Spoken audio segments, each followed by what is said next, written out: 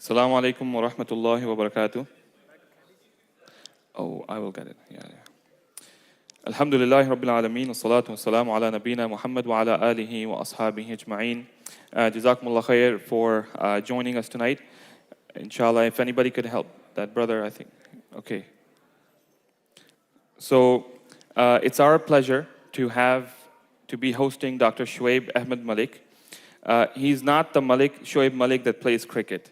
But do you play cricket anyways? No, he does not. Okay, that's not the one. So, but alhamdulillah, what he does is a lot more, cricket is good too, but what he does is a lot more beneficial for the entire ummah. Dr. Shoaib is an assistant professor at the College of Natural and Health Sciences at Zayed University in Dubai, UAE, where he has been teaching for 7 years. In addition to his PhD in chemical engineering, Dr. Malik is currently completing his second PhD in theology at the University of St. Mary's.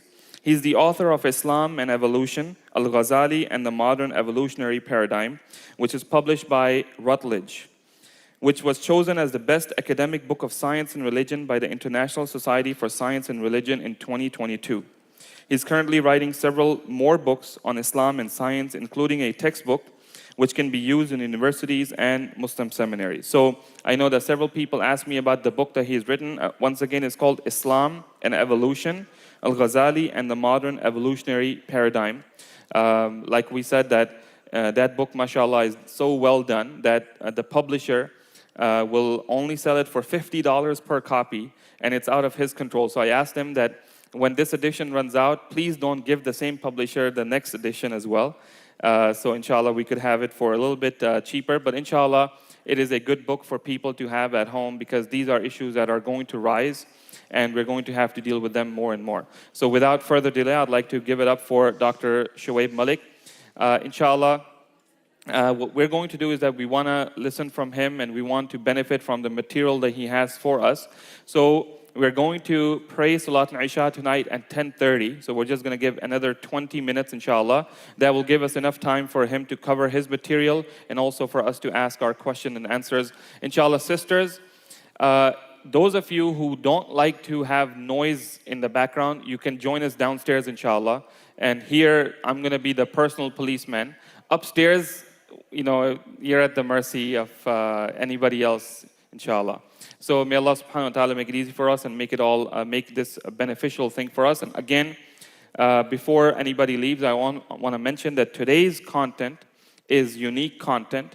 And then he's doing another program on Sunday at North Austin Muslim Community Center, which is NAMCC, Masjid Aisha. And the content there is different from today. So inshallah, if you find it beneficial, don't think it's the same stuff over there. It's different. And we made it like that on purpose. So inshallah, you can come and join us in both events. Jazakumullah khair.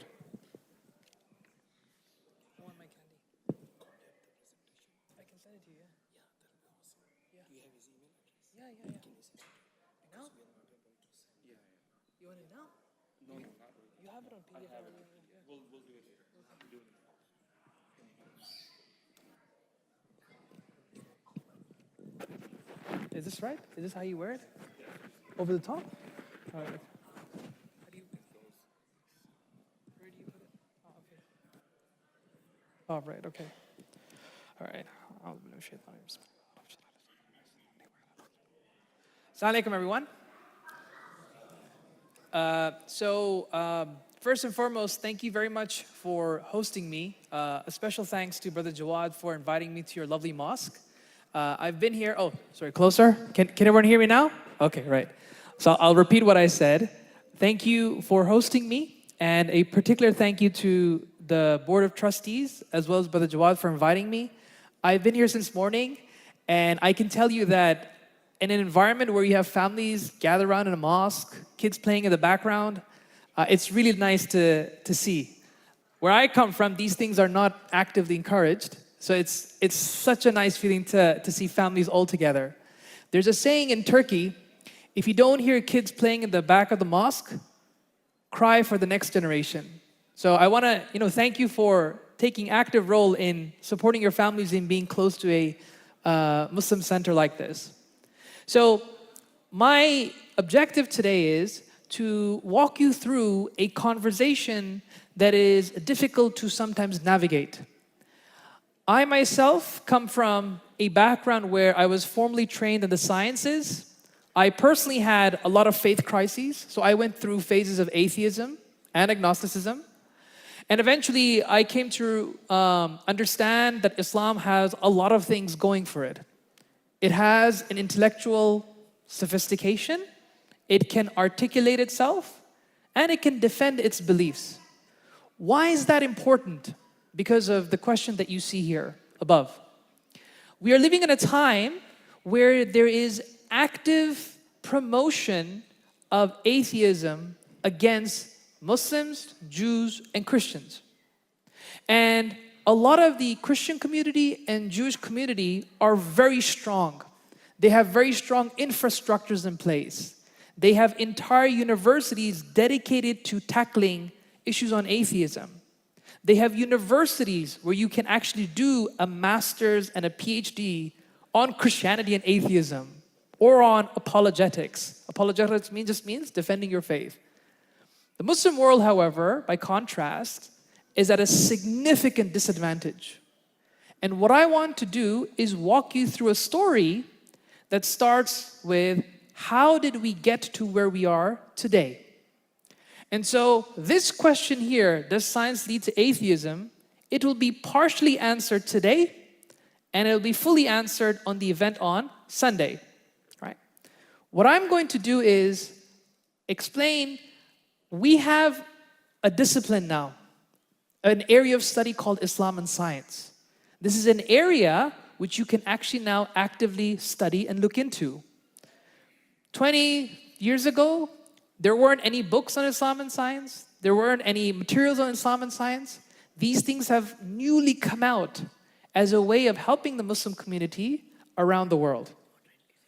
Oh, thank you. Can I have my candy? Sorry, not for me. This is yeah, okay. This it's not for me, it's for you guys, right? So you'll see what I mean. So Islam and science is a very new area, and I'm intending to explore this area with you to show you some of the developments that various scholars around the world are doing. And this is meant to, one, give you some exposure to this new field, but also give you confidence that Muslims are working on this. But this is only half of the solution.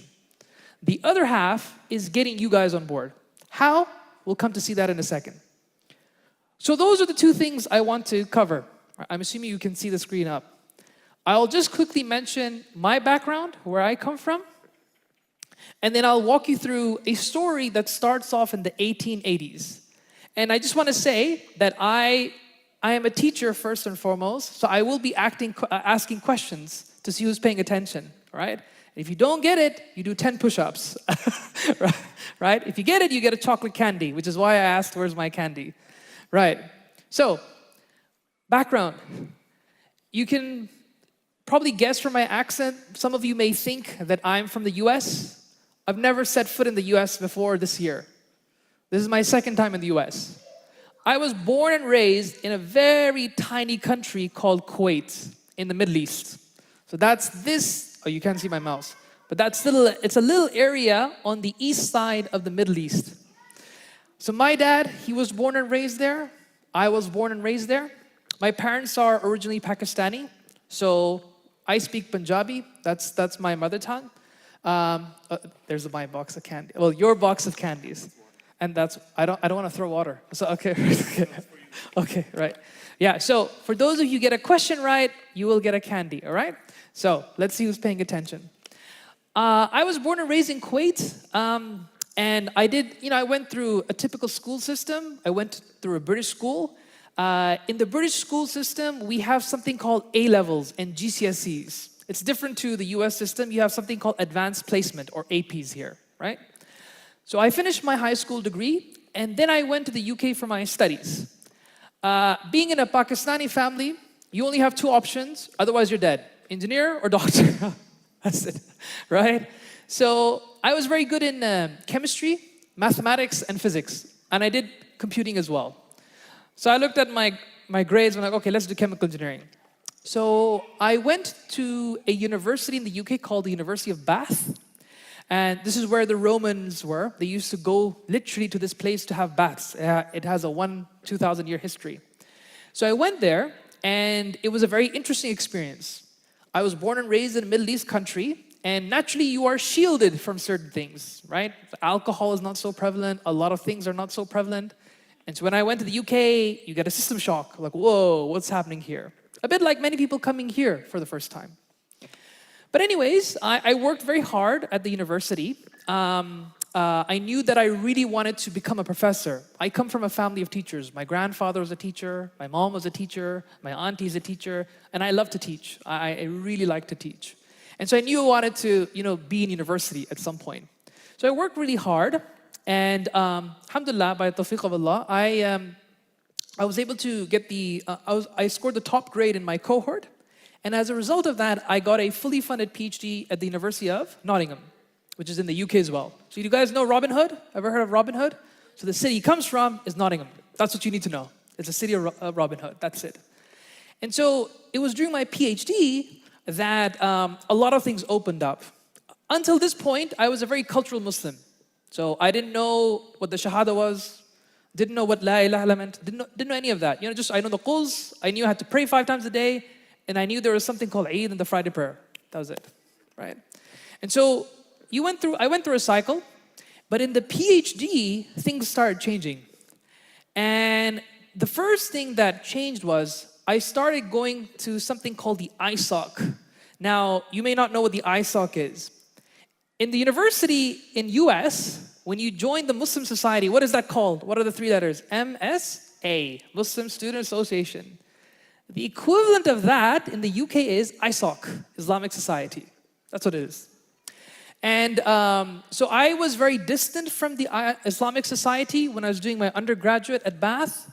And that's because I was sent there in 2007. For those of you unaware, in 2007, there was a big train bombing. And, terrorism was in the air, Islamophobia was in the air. So naturally, a lot of international parents, they don't want to send their kids to the Islamic Society. My mom and dad said, Puttar, ISOC nahi jana, right? Don't go to the ISOC. Stay, go there for study, that's it. That's what you should be doing. And so I never joined the Muslim community. I never got to experience brotherhood, never got to experience, the halaqas, nothing like that. So it was a very secular lifestyle, right? But in Nottingham, things changed entirely. How did it change? Well, when you go through an undergraduate program, you get mature, you don't behave foolishly. You turn from a teenager now to a 20-year-old boy, right? And so things started changing for me, and I started asking questions. And when I applied for accommodation, they set up a Facebook group for your accommodations. When you go to a university, you have to try and find a location where you want to stay. The university has a few accommodations for you. And I remember I joined the Facebook group for that, and there was another brother there. Sorry, did you want to say that? No, that's my chocolate. Oh, right, okay. How about now? It's okay? That's fine.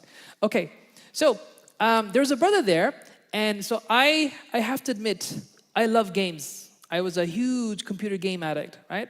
So there's a game called Mass Effect. It's an RPG shooting game. And this other brother, he loved Mass Effect as well. So we got to talking, and he said, Shoaib, do you want to come to the Friday prayer? And I'm like, okay, Jalo, let's go. And the Islamic society there really had a massive influence on me. I got to experience what you're experiencing here, the true meaning of brotherhood, having a family. And the khutbah started, the halaqah started, and it was just an amazing experience. More than that, my PhD supervisor, he was an atheist, but he was one of the sweetest people you could ever meet. He really cared for you.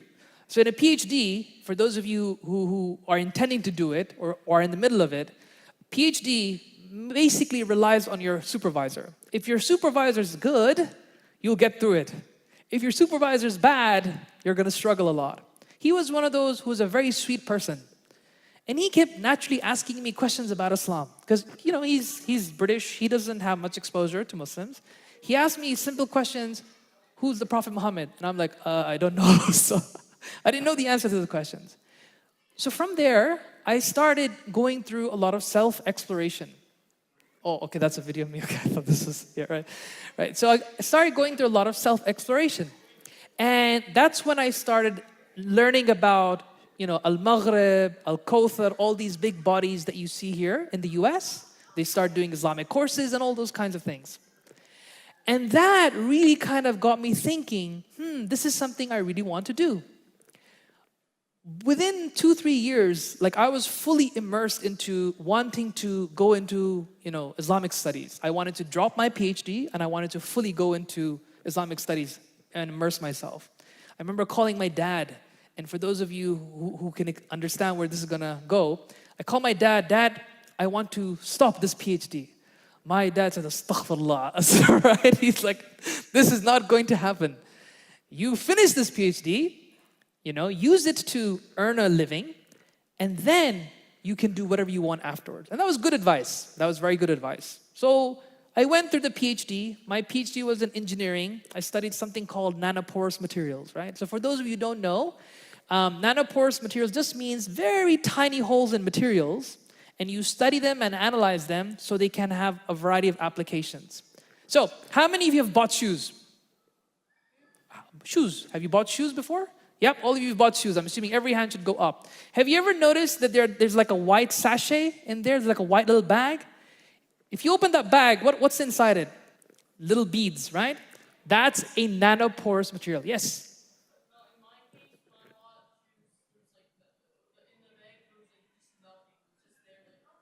That might be the exception in your case, right?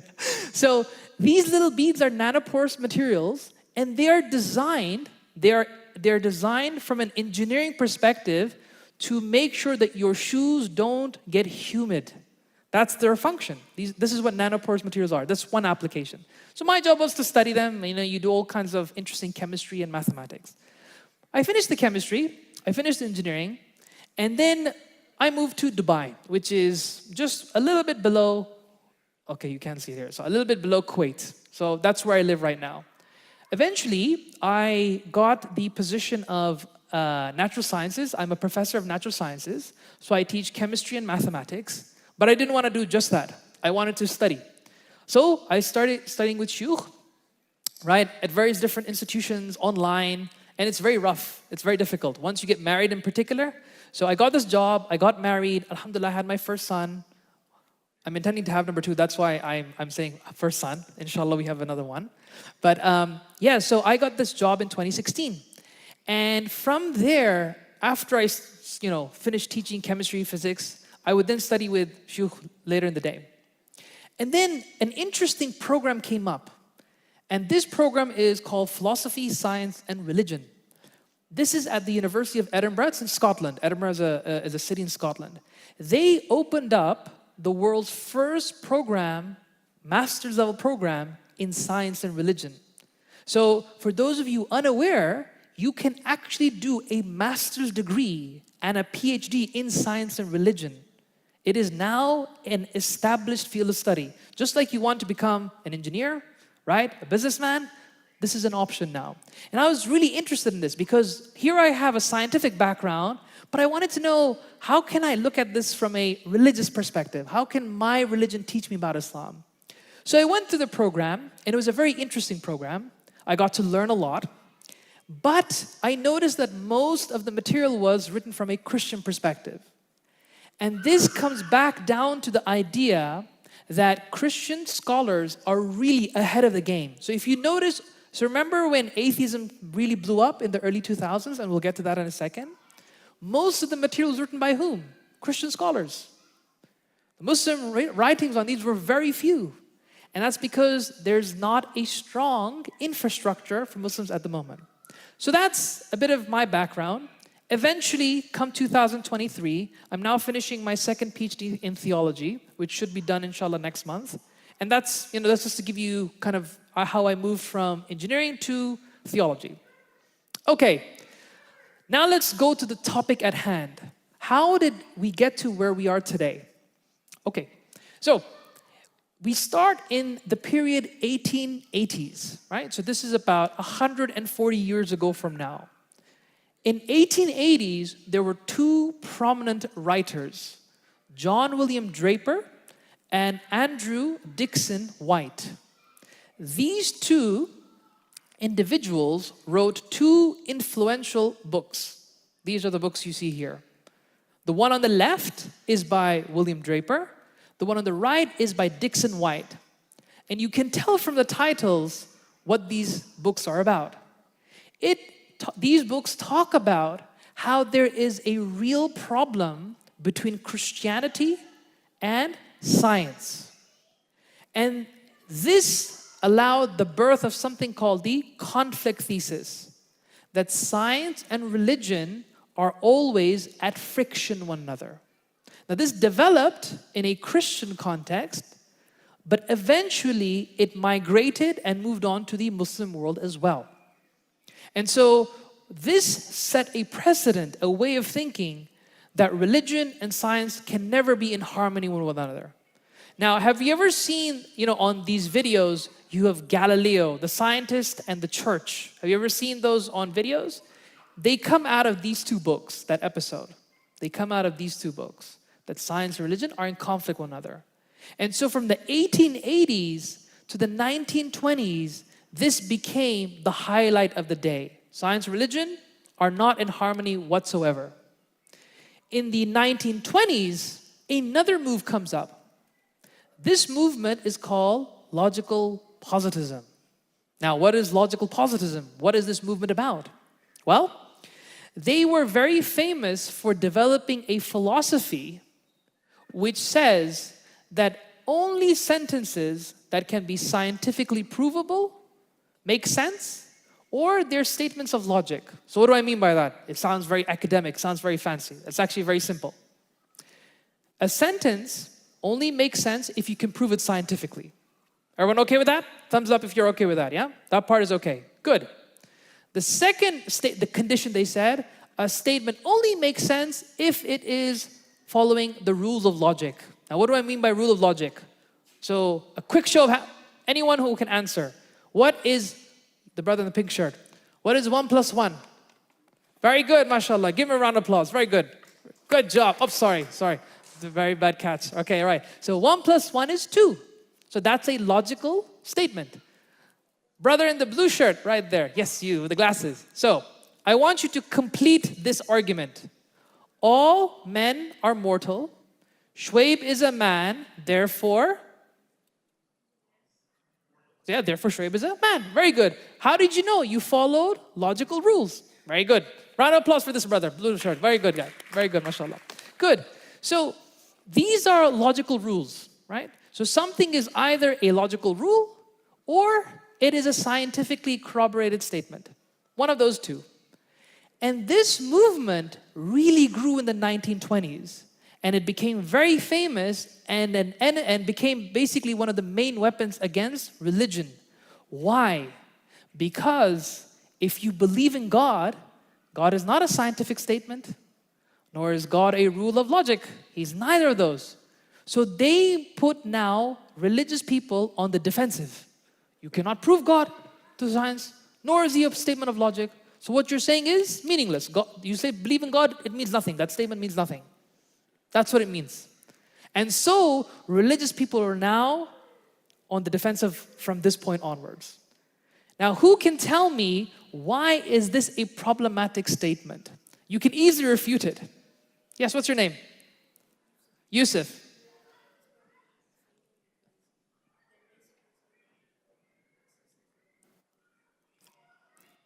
Nearly there. So Yusuf said here, because there's no God, it seems like a vacuum statement. Not really. That's not the way you can defeat the statement. Yes?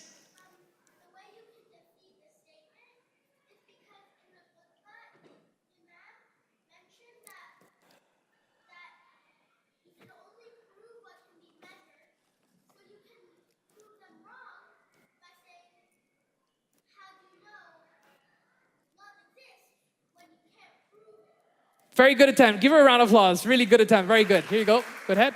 And Yusuf, well done here for you, right? Okay. So, good attempt. Very good. Very good attempt. Can anyone else have a... Yes, Sheikh?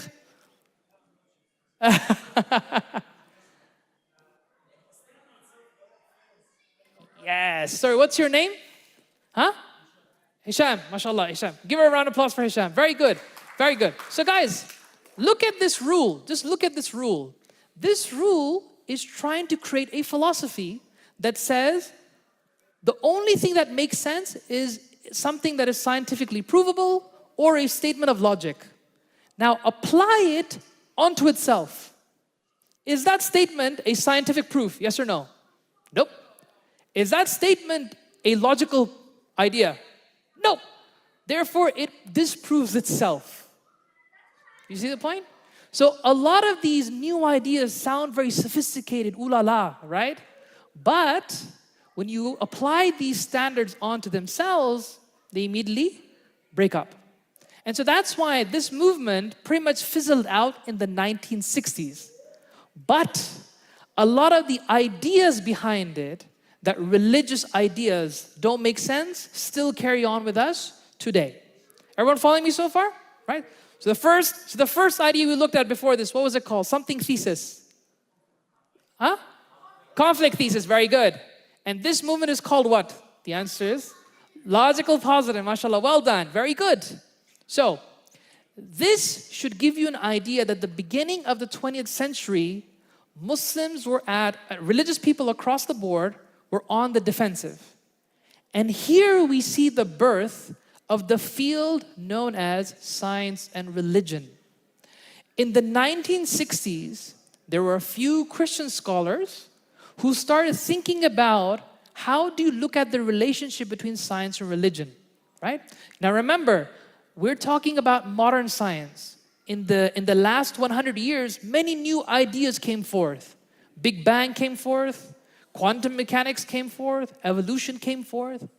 And so these Christian scholars really started to think clearly about, hang on, I'm a religious person, but these people are saying that science and religion don't go together. How do you make sense? Now I want you to keep this in mind, that the field of science and religion, broadly speaking, was started and initiated by Christian folks. These are all Christian thinkers, right? And so, these are some of their books, right? These are some of their books. And they were the first people to kind of lay down how we can think about relating these two. For our purposes today, we are not interested in how Christians responded to scientific advancements. That is their own territory. But I want you to be aware that in the field of science and religion, which is largely shaped by Christian thinkers, in parallel to that was the development of Islam and science. And this is the history now that I want to follow through with you today. Everyone following me so far? Everyone okay? Good. Right. Cool. Yalla, bismillah. Now, in the 1980s, and I'm sure most of the uncles here will probably know, there were two movements in the 1980s, two big movements. One movement was known as the Islamization of the sciences, right? Islamization of the sciences.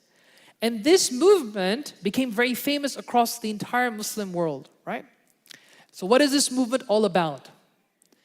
This movement claimed that a lot of the modern sciences that we are now beginning to learn in our high schools and our universities, they come with a lot of modern, secular, atheistic baggage. So we need to remove elements that are foreign to Islam and put it through an Islamic filter. So do you see those little marbles in the bottom diagram? So the red dots are supposed to represent the dangerous things, and you have a filter. Put those marbles in, and only the right stuff is supposed to come out. This is what they were thinking about. And this movement in this era was shaped by these four people. And these four people became very famous. Starting from the left-hand side, so from you guys, left-hand side, we have an individual called Sayyid Hussein Nasr. Sayyid Hussein Nasr is here in the US at George Washington University. He's quite aged now, he's in his 80s, so he doesn't write much anymore, but he was one of the main people here. Then, moving on to the right, we have an individual called Naqib al-Attas. He's a very famous scholar from Malaysia. The third scholar, now moving further towards the right, his name is Ziauddin Sardar. And finally, on the absolute right, you have Ismail al-Faruqi. He's a Palestinian who I think eventually became nationalized in the States. These 4 individuals wrote these books. And each one articulated, how can you Islamize science? How do you give an Islamic framework to science, right? They disagreed on some things and agreed on others. But their overall project was, how do we Islamize science today? Okay? So this is one movement, Islamization of the sciences. All right, now, the second big movement, and I think most of you might be familiar with this, is the scientific miracles in the Quran. Hands up if you know what I'm talking about. Okay, very good. All right, so I'm going to ask a few people. Give me one scientific miracle in the Quran. Yes, guy in the red shirt. Sorry? What about Zamzam? Very good. Okay, good. Round of applause for red shirt guy. Very good. All right. Give me another one. Another one. Somebody from this side here. Yes. Human procreation. Very good. A round of applause for the brother. Ooh, good. And yes, brother there. Everything was created from water. So I don't want to throw this in case I injure someone. So can you just pass this back? Thank you. All right. All right. Okay. Right. Thank you. So yes. Okay. I'll give you one. Very good. Excellent. Very good. Very good. Fresh and seawater. Good job. Excellent. Okay. Good. Right. Okay. Yes. Little girl in the back. It's Ismail Raj. Okay. Good. Very good. Here. Can you pass this back? Because I don't want to. Can you pass this back to her? Thank you. Just pass her back to her. All right. So one of the other movements that started off in the 1980s is that there are miracles in the Quran, right? That science is discovering all these things. The sciences discovered the atom. The science has discovered black holes. The science discovered, how the baby's forming in the stomach. All of those can be matched up in the Quran. And this movement became very big by this one individual, Maurice Bucaille. I'm sure most of you some of you may know of him. Maurice Bucaille wrote this book called The Bible, the Quran, and Modern Science. And once this book came out, it went everywhere. Translated into Urdu, Bangla, Arabic, everything. It was initially written in French. And from then on, there are many now da'wah folks. If you go to a da'wah stall, you will see some pamphlets, Scientific Miracle in the Quran, that still exists today. It started here. This is when it started. Okay? This is when it started. So these two movements, what was the name of the first movement? Islamization of the sciences, and the second movement was scientific miracles in the Quran. Right? These are two movements that really defined the 1980s. Now, in the 2000s, there's a reason why I left a question mark there. Who are these 4 guys? Raise your hand. If you know who these 4 guys are, raise your hand. Yes? Sorry? Yeah, what's their name? No. The name of these 4. They are something. Huh? The Beatles. Not the Beatles. Not the Beatles. Okay. Huh? Who can guess? 4 horsemen or the new atheists.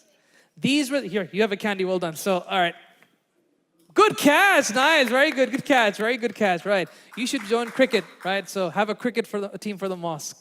So these 4 guys were the new atheists. And there were 4 very big names. Richard Dawkins, he wrote the famous book called The God Delusion. This literally caused a lot of Muslims around the world to leave Islam. A lot. Then we have the second figure, Christopher Hitchens. He passed away in 2011. The third figure is Sam Harris, and the fourth figure is Daniel Dennett. Now, I'm not going to go into too much detail today because these guys are what we will be talking about on the class on Sunday. But I just wanted to bring it up, that in the 2000s, these guys became famous. Now, some people ask, why did atheism become so famous again? Because atheism is not a new idea. It goes back to the 1900s, 1800s. What was so significant about these guys? What was a big event that took place in early 2000 that made the world very hateful towards Muslims? There was a big event that took place here. 9/11. For those of you who are too young to remember, or weren't even existing at that time, in 2001, right, in September, 11th September, there was a plane crash on the Twin Towers. and they attributed this to the actions of Muslims. And it led to a lot of death and suffering. And this was an international event. It got a lot of media attention. And so it created a context in which there was already a lot of anti-Islamophobic feelings. Some people say, sociologists, they say that the reasons why these guys became famous is because it was the right environment to write anti-Islamophobic books, right? And their main weapon is what? Science. They use science a lot. All of you know the theory of evolution? Yeah? Man, monkey kind of thing, let's put it that way. They're the ones who say that you can either be an evolutionist or a religious person. They're the ones who are driving that conflict. So we'll leave it there. We'll analyze their ideas on Sunday. But I just wanted you to be aware that in 2000, this became a thing. This became a thing. Now, coming back to Islam and science. What's happening now? So from 2000, so this is now early 2000s, all the way up to the modern period, what are Muslims doing? Well, believe it or not, there are now a handful of Muslims, maybe around 10 to 20 active Muslims, who are writing materials in this area to give Muslims some direction in how we can go forward. Now, there are many different topics that people are looking into. I am just going to give you some examples. The first question is, what is the relationship between Islam and science? Hands up if you think Islam and science are in conflict. No one. Hands up if you think Islam and science are good friends. How are you? Okay, very good. Okay, good. All right. So these individuals are talking about what is the relationship like. Okay? So this is one area that people have written about. Another area that people have written about is physics, right? Hands up if you've heard about quantum mechanics. Have you heard about quantum mechanics? Yeah, okay, right. So in very simple terms, quantum mechanics is a physics that talks about the really tiny stuff in our universe. Quarks, bosons, electrons, those kinds of things. And in a very simple way, it says that electrons are popping in and out of existence. Does that mean God is not there? Right? So people have written about that as well. The most contentious topic, I feel, is the theory of evolution. Hands up if you know the theory of evolution. Yeah. Most of you, particularly if you're in high school, you would have studied this, right? Charles Darwin, those ideas. And this has been the most studied area where people have written about the topic. The book that Sheikh Jawad was talking about is on the right. That's the book that I wrote 2 years ago. So evolution has been looked at. Another area that's been looked at is medicine. Now you may be thinking, what's medicine got to do with Islam, right? Well, there are a lot of new medical technologies that have come up that are raising interesting questions for muftis, right? Muftis are people who look at the Islamic texts and they come up with laws, okay? How many doctors do we have in the house? Hands up if you have doctors in the house. Okay, we have one doctor, mashallah. 2 doctors. Okay, 3 doctors, all right. Okay, let me ask a question, and this is a question for the younger kids. Let me see if any of them know the answer. Hands up if you know ectogenesis. Have you heard of ectogenesis? No? You don't know? You've never heard of it? Okay, right. So, let me ask you a question. Where do babies come from? Where do they come from? Which part? From your mother's tummy, right? Now, ectogenesis is the ability where you have the uterus outside of the mother. So you put the 2 parts from the mother and father together into this bag outside, and a machine feeds nutrients to it. So the baby grows outside of the mother. Is that haram? Is that halal? That's the question. That's a new medical problem. We have never encountered this in the past before, right? So that's a new medical development. There's another medical development called, okay, let me see who can answer this. Hands up if you know cryogenesis. Hands up if you know what I'm talking about. So I expect the doctors. Okay, right. Cryogenesis, okay, let's a simple way of putting this. I have 2 bananas. I put 1 banana outside here, and I put 1 banana in the fridge. 3 weeks later, which one is going to be fine? The one in the fridge. Very good. The one in the fridge is going to be absolutely fine, right? Now, why is it fine? Because the temperature's cold that stops it from decaying. Yeah, right? Now, there is a species called tardigrades. Heard of tardigrades before? Yeah, very good. Tardigrades are very interesting creatures. They can survive very high pressure, radiation, high temperature. And so there were a few scientists in Antarctica, they drilled down Antarctica, right? And they found some tardigrades frozen in a sample in 1885. So these are fully frozen. They are fully frozen. Okay? Imagine they've been in the freezer for God knows how many years. They were able to successfully thaw them out in 2015, 30 years later, and they were fully functional. Meaning that they were frozen, and they came back to life, and they had full mobility. There was even an egg that hatched out, as if nothing happened to it. Now, imagine this case, now apply it to human beings. That somebody can put you in a freezer and it prolong your life for however much you want into the future. So think about this. Just imagine that there's a person who has a rare disease. There's no cure at the moment, no cure whatsoever. The doctor says, let me freeze you and I'll put you in the tin for 400 years and when we have the cure, we'll take you out. Here's a question. Is that haram or halal? Now, these technologies that I've mentioned, they are already here. These are not science fiction. These are here. And so our muftis, which are going to come out today and tomorrow, they will have to deal with these new things. One of the biggest leaders in this area is Dr. Asim Padella. He's the author of these two books. He's actually here in Chicago. He's in Chicago. Sorry, excuse me, is in Wisconsin, Medical Wisconsin College. So this is another area that people are looking into. Another area is Islamic psychology, right? Now, hands up if you've heard of mental health.